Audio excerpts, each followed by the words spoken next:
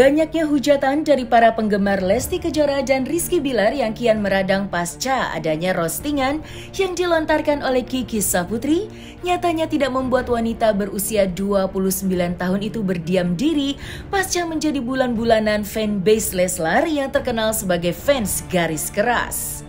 Bentuk ketidakterimaan fans Leslar terhadapnya kini membuat nama Kiki kian dihujani oleh berbagai macam singgungan atas aksi stand up yang ditujukan sebenarnya untuk pelaku KDRT dan tidak merujuk pada satu nama saja. Namun, seolah tidak terpancing emosi akan adanya hal tersebut, kini atas kejadian itu, Kiki Saputri justru menghadapinya dengan santai. Bahkan yang lebih mengejutkan lagi, wanita yang akrab disapa Kiki itu membalas hujatan dengan memberikan sedikit rezeki kepada sosok yang menghujatnya. Lantas alasan apakah yang membuat Kiki Saputri rela melakukan hal tersebut? Dan seperti apa pula reaksi psikolog dalam melihat adanya kejadian tersebut?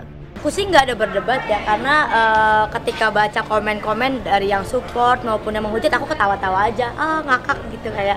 Jadi kalau yang aku pengen balas dengan kocak, balas aja dengan kocak gitu.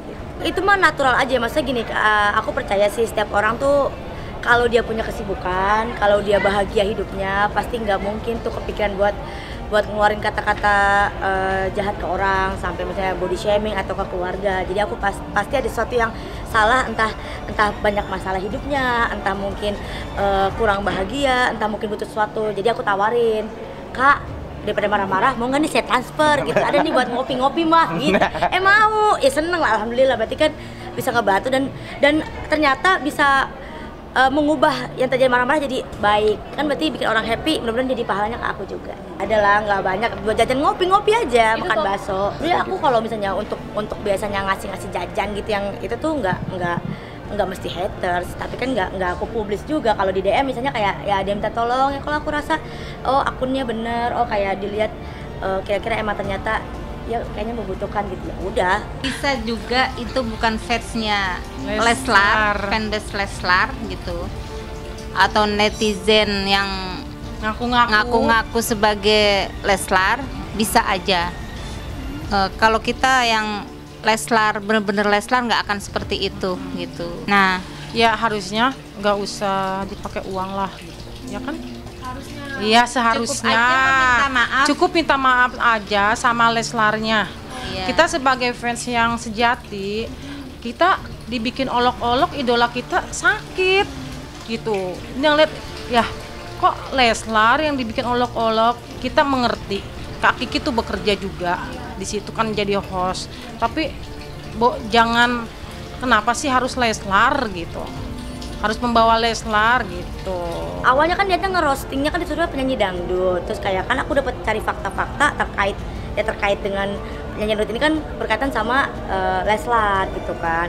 Yang menurut aku sih, kalau menurut aku ya punchline-nya masih standar banget lah. Itu aku cuman bilang kayak apa, kalau misalnya kalau Hari jadi sama Lesti, Putri bakal sama Bilar. Kadang kan berandai-andai dalam sebuah komedi itu namanya majas hiperbola, melebih-lebihkan gitu, kayak berandai-andai, terus kayak hal yang tidak terjadi gitu kan. Terus kayak aku bilang, tapi kalau itu terjadi, Putri nggak di sini nih.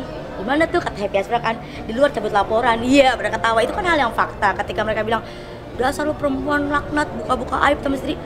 Buka aib dari mana, kan se-Indonesia juga udah tahu Lesti cabut laporan gitu. Kayak di bagian mana kan nggak ada yang saya bongkar gitu. Sebenarnya kalau kita melihat situasi seperti ini, kita perlu melihat latar belakangnya ya. Sesungguhnya semua orang, termasuk saya gitu ya, memiliki rasa tidak aman. Hanya berbeda-beda saja apa yang membuat seseorang merasa tidak aman. Nah, ketika seseorang itu melihat sesuatu, membaca caption seseorang gitu ya, atau menonton video seseorang atau siapapun, ada kemungkinan hal-hal yang bisa memicu munculnya rasa tidak aman tadi. Nah, salah satu cara adalah melontarkan pernyataan-pernyataan yang tanda kutip sifatnya itu destruktif, agresif atau negatif begitu ya, untuk memproyeksikan rasa tidak aman tersebut.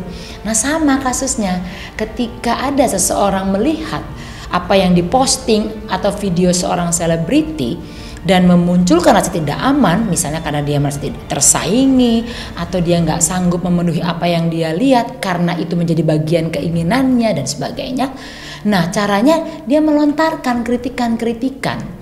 Ada penelitian yang mengatakan dengan melontarkan kritikan tersebut justru muncul sebuah kepuasan pada diri orang tersebut.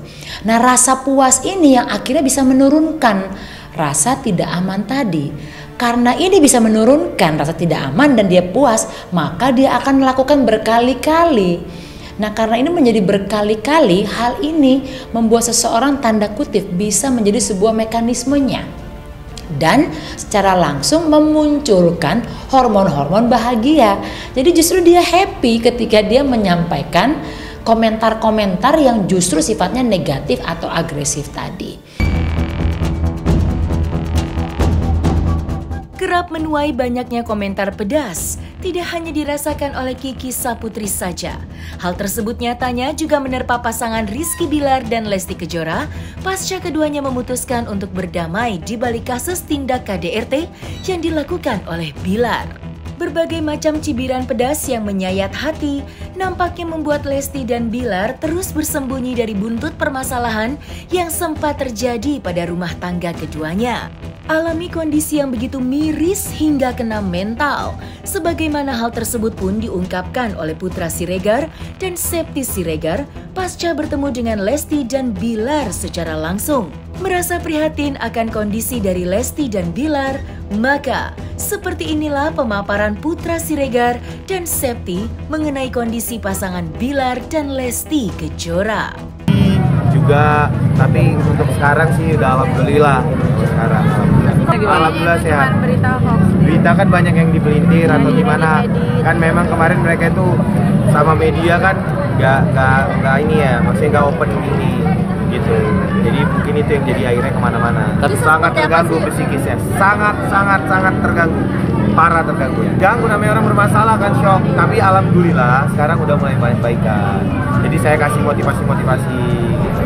Saya tetap support. Ya kita lebih hati-hati karena aku kan pernah posisi yang bawah ya. Jadi ketika ada teman yang ini kan itu yang lebih buat kita respect. Makanya ketika ada teman bermasalah saya nggak pernah mau jauh atau harus semakin lebih dirangkul. Kita bareng terus masih di rumahnya. Cuman istri nggak ikut. Dia nanyain, ajak ke Septi dong.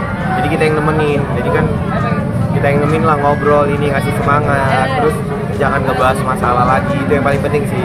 Ayo kita lihatnya ke depan. Intinya kalau punya masalah semua pasti berlalu. Nah, jadi kan tadi kakak nanya kan, kok bisa bagaimana cara mengatasi semua masalah pasti berlalu. Itu karena apa, hidup dunia kan sementara. Gak nyangka kan kita dari remaja sekarang udah dewasa. Tadinya masih remaja udah punya anak, ntar lagi anaknya udah gede, katanya berumur. Itu sih aku kasih semangat itu sih. Tapi nggak bisa menutup kemungkinan juga. Tetap aja fansnya Lesti itu masih. Nah itu boleh dicek, boleh di cross check. Nah, jadi benar kata Ali bin Abi Thalib, ya suka ya suka, ya enggak. Memang ada yang nggak suka, ada yang suka jadi tidak suka bisa. Ya insya Allah kalau misalnya ada ini kan udah mereka balik lagi ke Indonesia, mungkin ada inilah, mungkin ada apa nih, ada pertemuan lagi lah antar kedua keluarga kita pastinya. Dan mereka kan lagi sibuk honeymoon nih, jadi jangan diganggu dulu. Bahagialah kan Dede bisa mendapatkan piala lagi kan. Ya alhamdulillah antusias netizennya lah terhadap mereka gitu kan. Ya alhamdulillah. Ya, jadi gini, pada intinya kita keluarga itu kan kita yang tahu, komunikasi kita yang sering komunikasi. Nah netizen ini kan taunya mereka di luar doang kan, jadi mereka tuh nggak tahu apa-apa gitu kan. Jadi mereka suka mencampurin lah. Kalau untuk sekarang ini dicecar yang jelek-jelek aja kan. Terus yang baik-baiknya kemana kan itu. Kalau untuk ke situ saya nggak tahu, karena saya nggak ngikuti beritanya. Jadi no comment lah kalau itu gitu. Nggak mau diganggu dia. Aku nggak tahu sih sebenarnya, karena kan semenjak Lesti nikah aku juga nggak yang terlalu gimana gitu kan sama kakak. Soalnya aku tahu Lesti pasti sibuk banget dalam pekerjaan, mengurus rumah tangga juga, terus ngurusin anak juga. Apalagi kan mereka juga banyak banget bisnis yang harus dijalani gitu. Makanya jadi aku sebagai teman tuh sangat-sangat memaklumi kalau mereka tuh pasti punya ruang tersendiri lah untuk mereka gitu. Jadi kita tuh sebenarnya nggak mau ngerepotin, nggak mau ganggu juga. Dengan ada berita ini sih kaget banget sih, karena kan kalau sama kita kan mereka sangat-sangat romantis banget gitu. Tapi doa terbaik lah untuk mereka berdua. Ya semuanya tuh ada rezekinya masing-masing gitu. Dan ini adalah sebuah kesalahan yang memang harus benar-benar jadi pelajaran sih, bukan cuma untuk laki-laki tapi juga untuk perempuan. Oke, kemarin kan masuk ke pemeriksaan nih Kak dengan alasan dia sakit karena komentar-komentar netizen di sosmed. Kena mental. Waduh. Nggak tahu sih, nggak tahu. No comment aku. Oke, kemarin kan Lesti beberapa waktu lalu di panggung sempat nangis-nangis kalau nyanyi. Kamu sempat curiga nggak sih atau bertanya-tanya kenapa dia nangis seperti itu? Karena memang Kak Lesti itu ratu penghayatan ya Kak. Pasti dia kalau misalnya membawain sesuatu kayak lagu yang memang kisahnya sedih gitu, pasti dia akan menangis. Dan kita juga semua pasti terbawa gitu. Nah pas akhir-akhir ini, pas waktu dia launching single terbarunya itu kan dia nangis terseduh banget, nangis kejer banget kan.